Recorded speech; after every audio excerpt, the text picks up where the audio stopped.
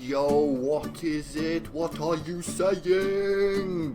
So, I hear people wanted custom crafting, automatic crafting tables, don't exist in vanilla Minecraft on the Xbox, but, as you can see, they kind of do now.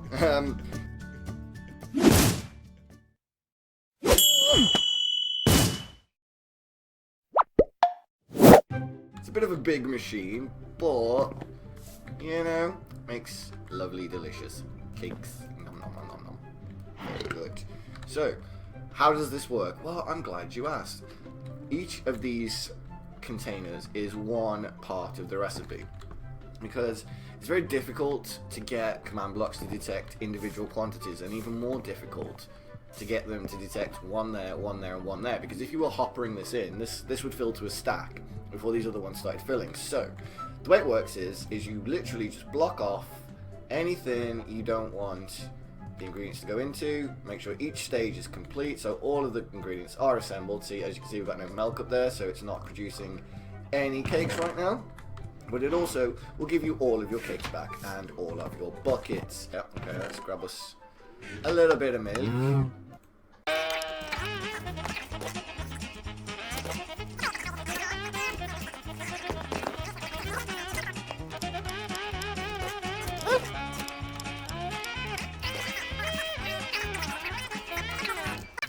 So, as I say, each of these, that's empty because that's where the cakes go, each of these has to be in a stack, and what it will do is once all of these prove true, all these blocks have got a full stack of each ingredient in them. See, the wheat doesn't at the moment because we have no wheat. That's easily remedied. I'll just go and rob a bit of Nikki's wheat field.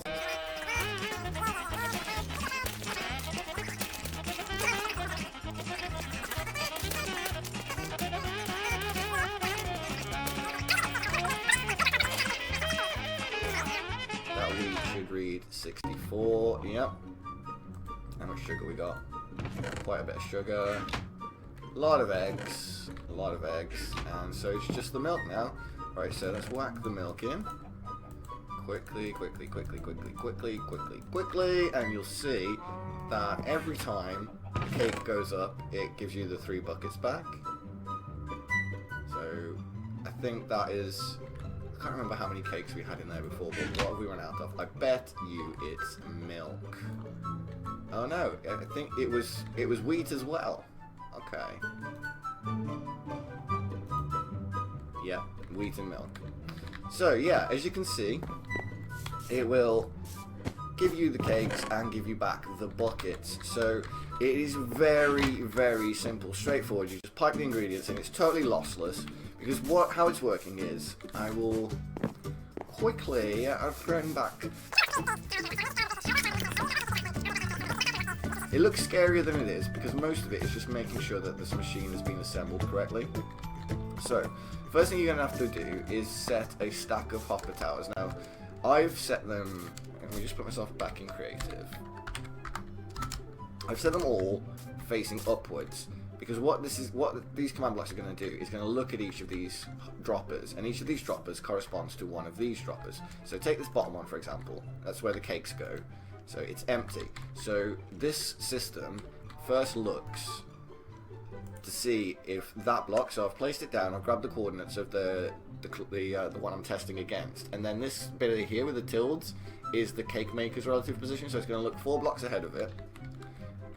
So if you can see the little armor stand down there, cake maker, so he's going to look 4 blocks. This one is 2, 3, 4, so it's checking this block, and it's going to compare it against this block. If that is true, i.e. there is not a cake or any buckets in here, it will allow the rest of these commands to run. The reason we're doing that is because when you create a cake, it creates one every pulse of these droppers. So it can overwrite what's in this box, because we're using the replace item command to put a cake and 3 buckets in here. So if you replace and overwrite that before you've gotten all the cake and buckets out, then you're going to lose what's in the system. So the first thing we want to do is make sure this block is empty, so the system becomes lossless. We're not losing any buckets, we're not losing any cakes.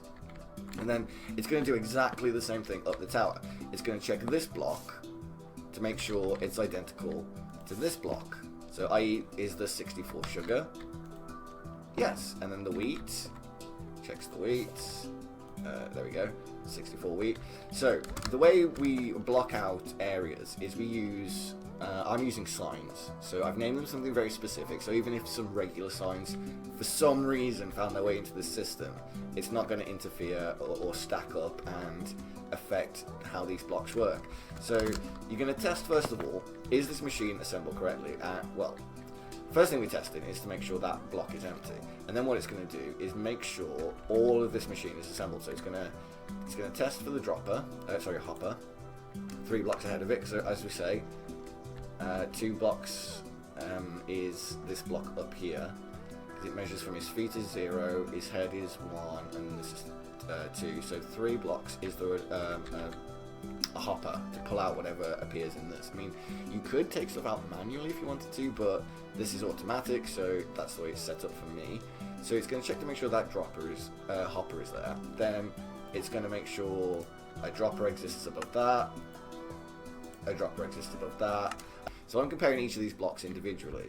So if we go up to here, you'll see now we're doing a test for blocks at each height of the tower. So we're making sure that all of these blocks here exactly match all of these blocks here, which is why it's important to have the same filler item, the same template item in each of these, because otherwise the comparison won't be true, because it will check the names on the signs as well. The data values can affect all this.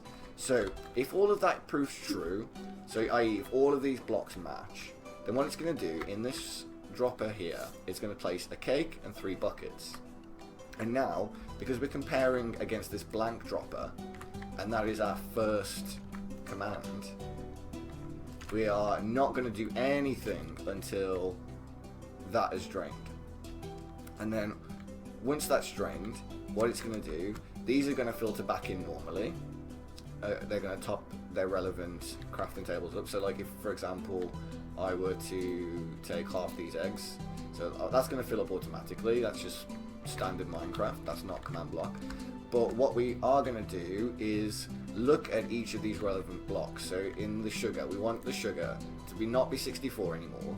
We need it to be 63. And obviously, because we're not crafting, the ingredients aren't just getting taken when we make the cake, because we're spawning the cake in. So we need to make all these ingredients be 1 less. Same with the wheat, and same with the eggs and the milk. So what we're going to do is, after all that has been true, we've spawned the cake. So you've tested all the blocks, you've done all the comparisons to make sure that the blocks are identical, and then what we're going to do is going to replace item. So what I'm doing here is we'll start with the sugar. So the sugar is block 5, so we're going to replace the item in block 5, and we want slot container 6. So if you look, the game always counts from 0. So 0, 1, 2, 3, 4, 5, 6. So we're going to replace slot 6 with 63 sugar. And then we're going to do the same for slot 7, the same for slot 8. So if I can find where that was again. Yeah, 6, 7,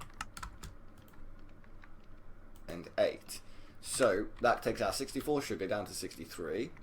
So the remaining sugar then gets filtered back in from the hopper, and because we've blocked off all these signs, all it can do is fill in these slots here. So if I take that out, for example, you'll see it goes straight into that end slot because all the other ones are full. This is why we keep it at 64.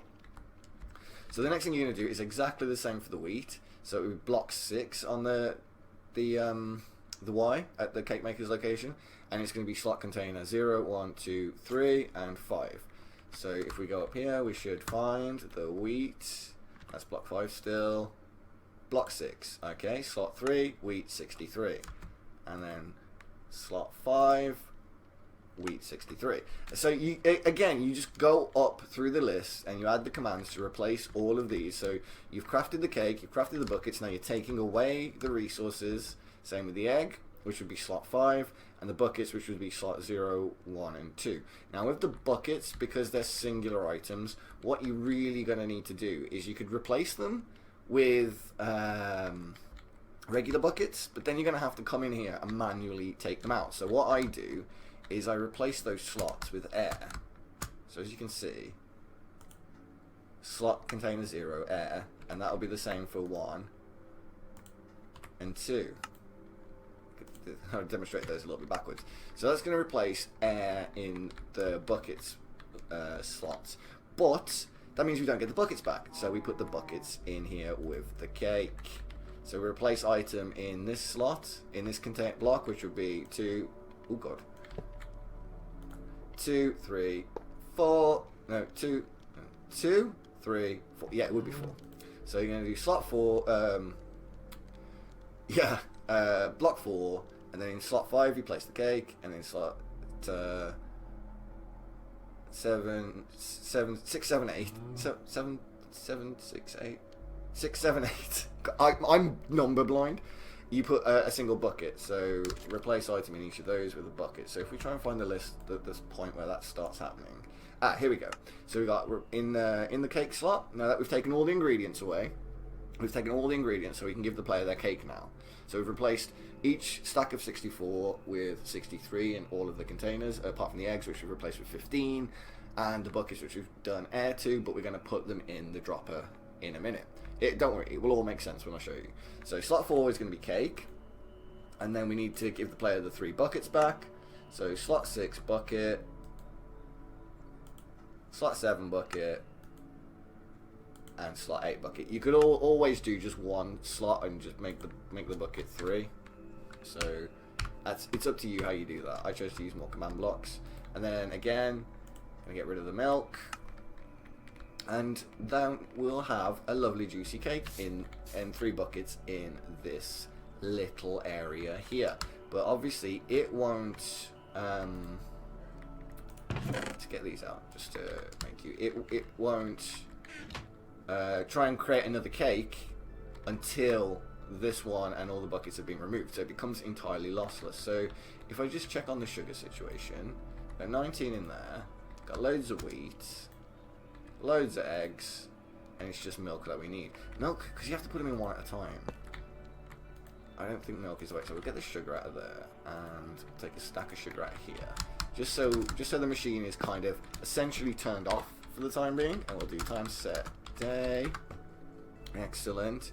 Right, let's get a bunch of milk. Let's really fill this bucket full of milk, this chest full of milk. So in it goes. Milk, milk, milk, milk, milk, milk, milk, milk, milk, milk, milk, milk, milk, milk, milk.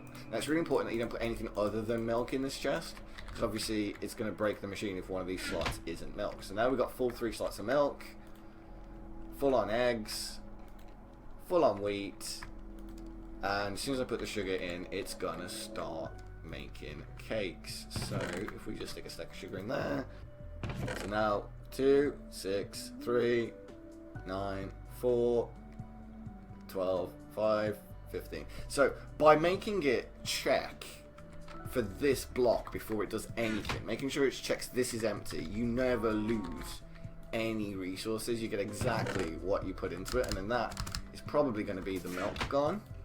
Yep, thought it might have been. See, milk is pretty intensive, so what you probably want to do is pull these buckets out, feed them back into... Let me just get back over to the base. So you take the empties, stick them back in this chest here, and then